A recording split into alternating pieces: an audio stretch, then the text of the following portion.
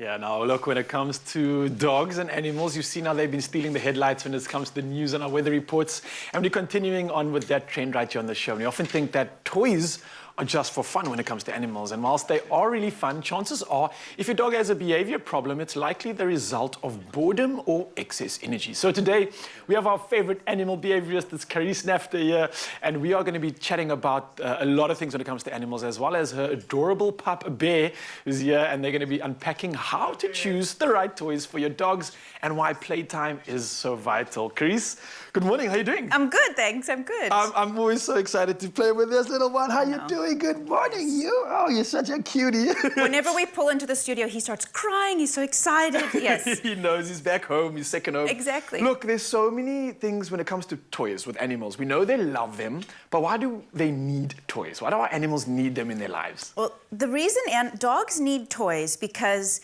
it gives them a chance to pretend to kill something. Okay, let me put it bluntly. Whoa! Whoa! Okay. So dogs are predators. Okay, Yes. they used to be wolves way back in the day. So for them, what's fun is chasing and shaking things like they would if they were actually killing something for their food. Yeah. They're obviously not, but they have an instinct for that. They have a physical need to kind of run and chase, grab things with their mouth, pull on it, shake it like they're trying to kill it. Yeah.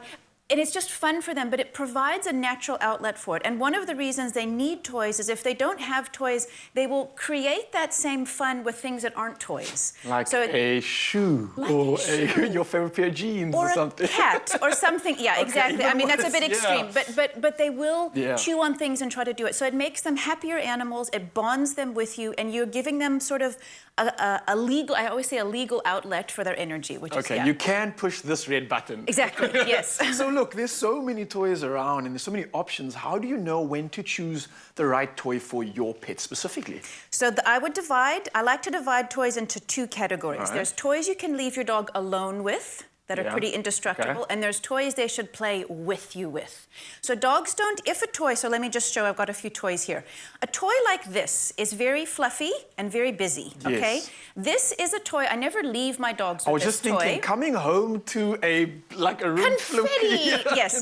This toy lives in my cupboard, in my special sacred toy cupboard. All right. When I want to play with my dogs, then I bring this toy out. Sorry, I just have to interrupt you, because I just pictured your toy cupboard being like this utopia, and the doors open. It's like golden showers. It is. You cannot. It's a whole section of the house. So that's obviously the cupboard as well. Yeah. This lives in the cupboard. And what's fun about this toy is what makes it fun is to actually move it a little bit for the dog. Okay. So you're almost simulating like a moving, like you mentioned, animal or a predator. So those instincts can come into play. So play with you toys like Ben's coming along. Yes, and let's see, maybe he'll try and kill it now. Okay, so that action, that head shake, that's like when you try to kill something. But it's obviously just fun. It's not a dangerous thing. It's a natural good things. There you go. So okay, he's hunted for the morning. So he's good boy, he's so cute. Yeah, kill it. But that's only fun because I've moved the toy. If the toy just sits there, it's not so interesting. So this is a good play with me toy. This is a similar toy. Let that go now. Yeah, I know. Now this is also a toy that's soft. So this toy I will also play with him with. I won't just leave it on the ground. Yeah. Okay, so this also makes me fun. This makes me important because I am the one who plays with the special tuggy toys. They don't just... So this is officially playtime right here. It doesn't get better than this. This is officially playtime. Okay, yes. And then the other toys you can get, this is a fun toy that... I want them all, actually. I told him this was going to be a good day. Do you have a favorite? No, I want them all of them. Anything Mom is holding. There we go. So these kind of toys as well, these are not the sturdiest toys to leave your dog with alone, okay? So separate toys you can make fun for them with you versus toys that can be on their own with. And the ones that you can leave them alone with, they look a lot more durable as well. The material seems to hold up against their jaws, so that kind of makes sense. Yeah, so there's a whole rainbow of toys out there. Yes. I've just brought a few examples, but good toys. Yeah, Bear's very excited. Oh my gosh. This is like Christmas. He's like, oh, my toys are in one place. Okay, so these three toys I have here are just examples. I want to play, want to play. They're all hollow inside. Okay. And what you can do with these toys is actually put food inside the toy. Oh, yes. You can mix their regular food with other healthy foods we're going to talk about in a bit, like sticky stuff, so the food stays in. And then these toys, when you go to work and your dog's like, oh, Dad's going to work, if you leave them with a toy stuffed with food, you can keep them busy when you're not there. Keep them engaged for the whole day. Exactly. Probably, yeah. This is like giving your dog a DVD to watch, or who watches DVDs? This is like turning on Netflix for your dog. Exactly, because they do want to do things. So it's smart to use your dog's food to keep them busy. You just have to be smart about it. So these toys, they tend to be very durable. Look, you've got to use your common sense. Okay, if you've got a dog with super duper strong jaws, you might need these. These sort of toys are the sturdiest. So first, before you leave your dog alone with the toy, just make sure they're not ripping it to pieces. But they generally are quite sturdy. So those are some guidelines. Have 2 categories of toys: leave alone toys and play with mom. Maybe I can give you a little curveball here, because we're talking about toys that are also, like, I imagine things that you can play fetch with and chase toys, etc. Yeah. I've got a husky, and this guy's like not the normal dog. I throw sticks and balls, and he looks at me like I've lost my mind. Yeah. He's not into that thing. That's just not what they do. Is my husky normal? Is there something wrong with him? Do I need to get a better toy? What's going on? You have a perfect husky. Okay. Okay, he's a perfect husky. Huskies are bred to do what? They're bred to go in a straight line that way. Owner's always behind them. Yes. They just go there until you somehow get them to stop, okay? Right. It was never, ever, ever part of a husky's reality to pick up something in their mouth and bring it back. They're just meant to go straight forward. Just want to go. There's not a lot of sticks in the snow. There's not a lot of ducks to fetch and bring back. So all of the fetching dogs, those dogs, that action started from hunting. So Bear is a poodle, okay, which is originally, very short story about poodles, they're a German breed, and poodle means puddle in German. They were bred to jump in puddles and bring back ducks, like Labradors. Oh no, really? So that's where the desire to fetch comes, because we bred it into them. So with your husky, he will love killing and shaking if you move it in your hand. Okay. But if you throw it, he'll just tell you, you must go get it yourself. Yes, he does that. You can teach him, but it takes a lot of work. Oh, you see, there we go. Yes, yeah. He's so cute, he doesn't need to fetch. Look at him. Look at him. Yeah.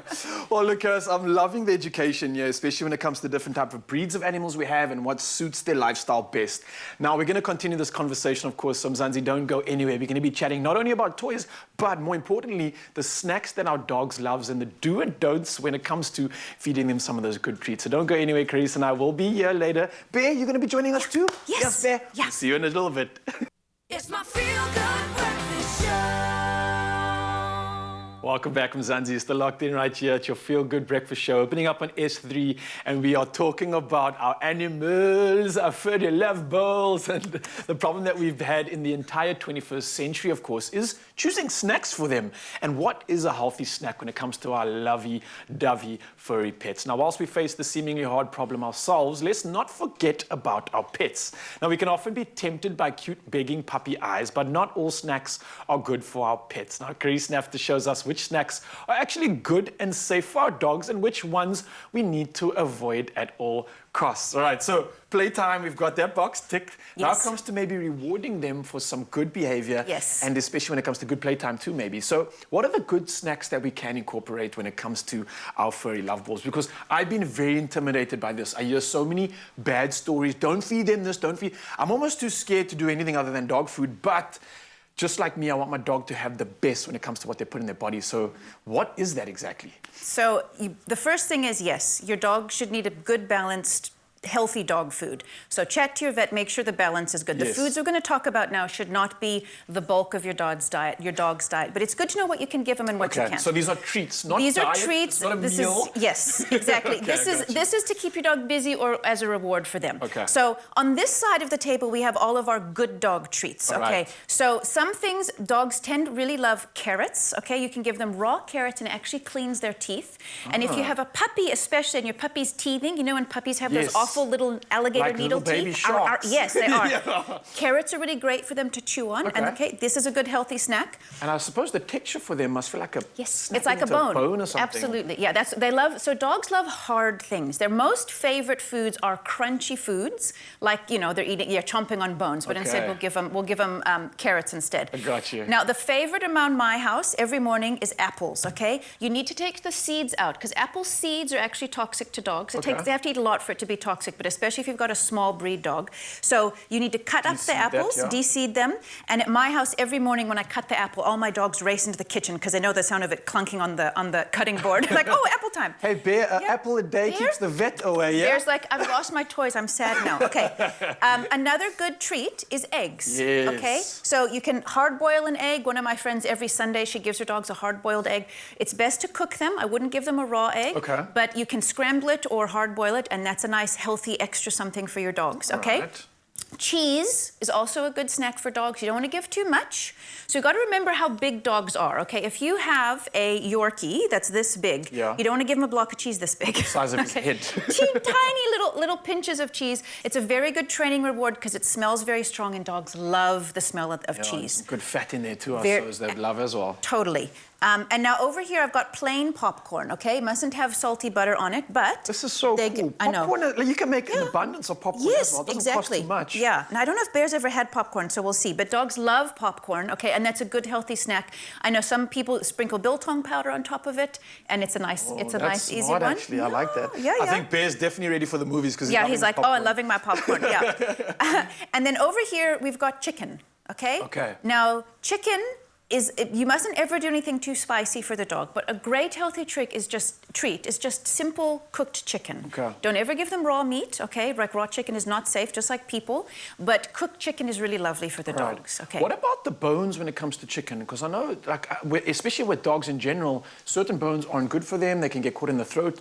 When it comes to chicken, should I be deboning it as well, or Definitely leave it as deboning. Yeah. Okay. So there are some bones for dogs that are safe, but they're about this big, and they're usually ostrich or beef bones, and those you can buy at your vet. Okay. So if they're selling it at the vet, then it's safe. Any cooked bone your dog should not eat. Don't let them have pork, chop bones, chicken bones, nothing from the cooked food they should be eating from the bones, because those can all be dangerous. Right, so we've got all the good stuff. Now let's speak about the no-nos and the things we should maybe stay away from, because this looks good. This is something that's in my house all the time and in many other people's places, and I could easily see this dropping on the floor, causing some chaos, right? Yes. Or if you've got a tall dog like a husky who can get on the counter, it's also a dangerous thing. Okay, so what are we looking at right here? Okay, so this is not there are other foods that are also not good for dogs. Okay, you can check on the internet to get all the range of it, but these are the most common problem foods.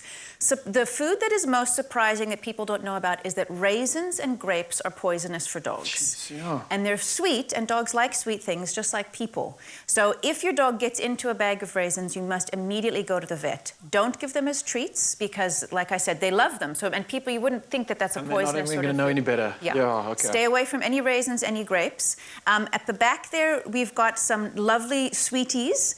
Chocolate, most people know chocolate's bad for dogs, and it's true.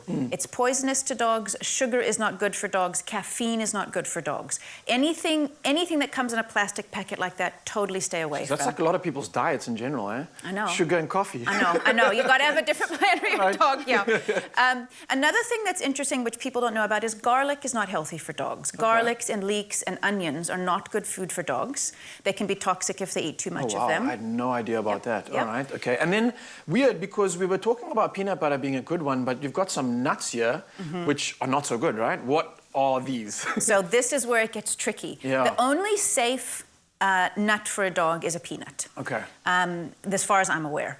Peanuts are safe. Peanut butter is great for dogs, but other nuts, especially macadamia nuts, are actually also poisonous to dogs. So macadamia nuts, almonds, walnuts, all of those kind of nuts do not give to dogs. Totally stay away from. Don't use almond butter.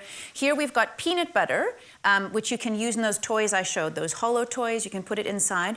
The only thing with peanut butter, and what's not on this tray, that's also very dangerous to dogs, is xylitol, the sweetener. It looks like sugar. One of my clients' dog, she had a whole bowl on her counter, and her dog he tipped it over, ate the whole thing, had to rush to the vet. Xylitol, super poisonous, and some peanut butter that's sugar-free has xylitol. Oh, wow. So you must Okay. check and make So sure there's be on no alert for sugar, that. no salt. Yeah. Yeah, absolutely. Absolute magic tips when it comes to looking after our love balls of fur. Thank you so much, Chris. And Bear, Bear, you did want some absolutely cheese for incredible. being a You want good some boy? cheese? Yeah. We've got a whole Oh, platter boy. for him to enjoy Yeah. after this. But look, whilst your dog loves delicious snacks and toys, they also love being happy and healthy. So make sure that their tail is also always wagging by keeping them treated against parasites every month and giving them their treatment they deserve. Now, the best place to start is with the broad spectrum parasite treatment from NexGard Spectra. And it's a small, tasty beef-flavored chew that is taken once a month, and your dog will probably think it's just another snack. And you can shop it online at pethaven.co.za, and the rest is nothing but pure love, memory making, and joy with your furry love ball. Right, Bear? Isn't that right? Yeah, that's right.